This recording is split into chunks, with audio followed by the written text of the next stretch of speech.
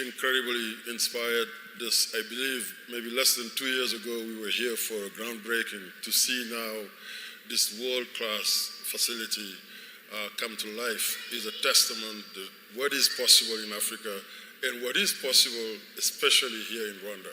Because as you will recall, 2018, we just finished the last Africa game in South Africa. We flew here, spoke to His Majesty, His Excellency, and less than a year later, that arena is here, BK Arena, that allowed us to bring the Basketball Africa League to life. When we launched the Basketball Africa League, we talked about this being an economic growth engine for the continent that is going to create jobs, that is going to have innovative entrepreneurs think about what else can we build in the ecosystem, because we wanted to build the entire ecosystem, and that's what you guys have really done here, in terms of Zaria Court, a place where, using the transformative power and the convening power of basketball to build commerce, to give us confidence to say that we are going to build the Basketball Africa League into one of the best professional basketball league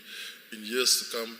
Is because of this opportunity we see here in less than 2 years, having something like this come to life, thanks to visionary leadership and thanks to the ingenuity and then what you guys have managed to do in bringing great minds, people who are passionate about Africa, people who, as you said, no longer want to sit aside.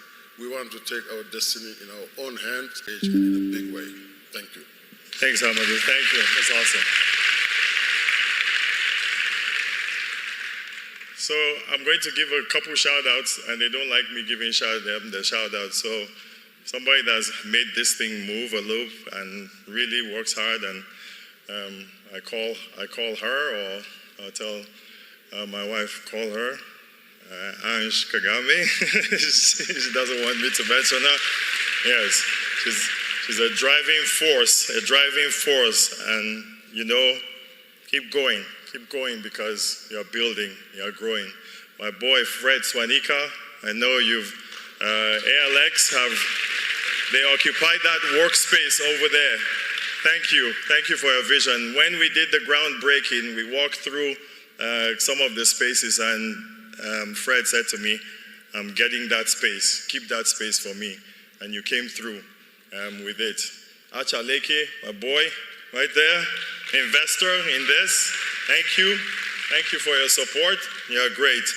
Nelly, my Minister of Sports, yesterday your speech was incredible.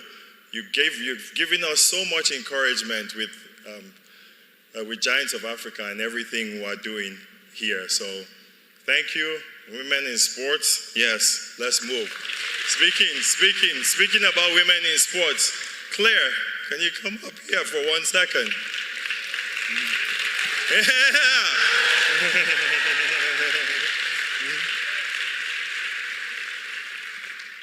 So, we actually did this deal with you. Yes, I don't want to say complicated, but you put a lot of things together. HE was really good with everything that the space he gave us to operate.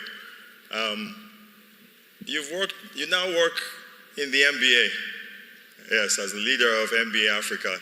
Tell us, you go from government to now the NBA. How does that work? First of all, it's really nice to be here. Those days when we'd be driving to this side of the city, would say, I'm going to Remera, or I'm going to Amahoro. These days we say, drop me off at the sports city. Yes. And so, as somebody as former CEO of RDB and having seen all of this grow, it's really incredible to see that strategic investments like this really unlocks jobs, creates infrastructure, and allows a lot of long-term economic growth to happen, and that's what we're seeing here. But moving to the NBA, I see the same. First of all, I think all that we see here demonstrates that sports infrastructure is smart infrastructure. Yes. Do you agree? Yes. But at the NBA, I see that also every single day. I see that sports is an economic engine. Sports actually allows a lot of opportunities for growth, opportunities for jobs. In fact, at the BAL, as Amadou will have told you, just 4 years of BAL playing in 4 countries created $250 million in GDP and close to 40,000 jobs. Yes. Amen. As I was working with Masai yesterday, I asked him how many jobs has only Zaria created. They told me 500 jobs. So you can see, and being here in Zaria Court, I think it combines the two. It combines economic development, it combines sports, and brings all of that together. It's that ecosystem that brings dreams to reality, that brings entrepreneurs to work here. In fact, I would just say sports should be an economic priority for every country. If you're not putting sports at the center of your economic growth, then you're already playing from behind. Thank you, Claire. Thank you. That's awesome. Man, they talk about weather and beauty like it was hot here a couple hours ago, but we can actually sit here. Excellency, can we sit here for like 4 more hours? Like, yeah, this is beautiful breeze, no? I want to acknowledge a couple more women who have been really powerful in sports, in what they do, and encouraging. Mama Louise is here. Hi, Mama Louise. Yes. Robin Roberts is here. Yes. Good morning, America. Yes. Yes. Chinelu Anoha from AFDB. Thank you. Thank you for being here. And our very own Chine Ogumuke. Yes. WNBA, ESPN. How do you play in the WNBA for 5 days and then you go to ESPN for 5 days and then you come back? That's African talent right there. Yes? Yes. Huh?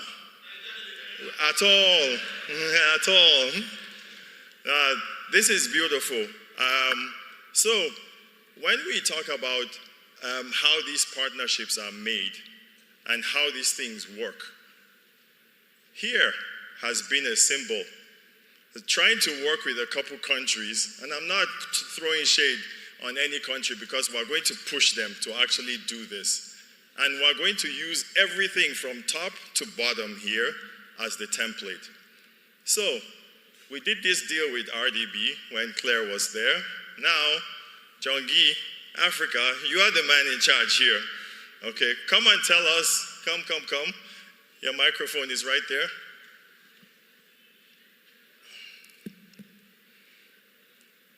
So, the scope of your work is big.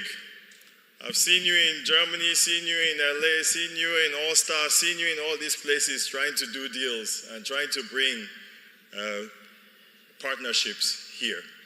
Tell us how some of this stuff works, the BAL, MBA, all those things, and how you guys are really, really involved in that. Thank you very much, Masai. I think, let me start from the role of governments, and I'll discuss it from 2 angles. A lot has been said about the importance of visionary leadership. For us, the vision was very clear early on. It was about positioning Rwanda as a global hub for investment, for tourism, and sports, as well as innovation. So laying out the vision once it's clear is the first part. The really difficult part to getting us to where we are today, an actual sports city, is the enormous amount of coordination required behind the scene. There's a little bit of the Ministry of Sports here. There's a little bit of RDB, a little bit of COK, the city of Kigali. There's a little bit of the police in making sure that we have a secured environment. And even, Mr. Aliko, a little bit of making it easier to travel to Rwanda by removing visas on arrival. Yes. I know you're a big proponent of that. A little bit of Rwanda. So my point being, Masai, it requires beyond the vision, tremendous amounts of consistency and discipline in execution over time, decades sometimes. So thank you, Your Excellency, for keeping us really aligned in terms of the vision and executing in a disciplined and dedicated manner, because this is where it's challenging. As far as once the vision is cleared, the role of government is really to set up the right policy, legal, and institutional environment to remove pain points and friction and create a space where people like you, Masai, can come and deploy their ingenuity and their creative expression. There is no way that government could have thought of something this type of mix, but the way you've highlighted it is really the objective. We focus on creating the enabling environment, but in turn, there's always a hope that we get people like you to believe in our story and to come and invest here, their time, their energy, and their resources. So thank you very much, Masai, for what you've done here. Please give him a very big round of applause. This is my last point, Masai. As far as what we do, in the government, it's not just RDB, it's really the whole of government that works as an investment facilitation machine, if you wish. It won't stop here. We make a big promise. You have invested now, and we are going to accompany you along your journey so that you recoup your investment as quickly as possible and you reinvest. Thank you very much, Masai. Thank you. Thank you all. Thank you.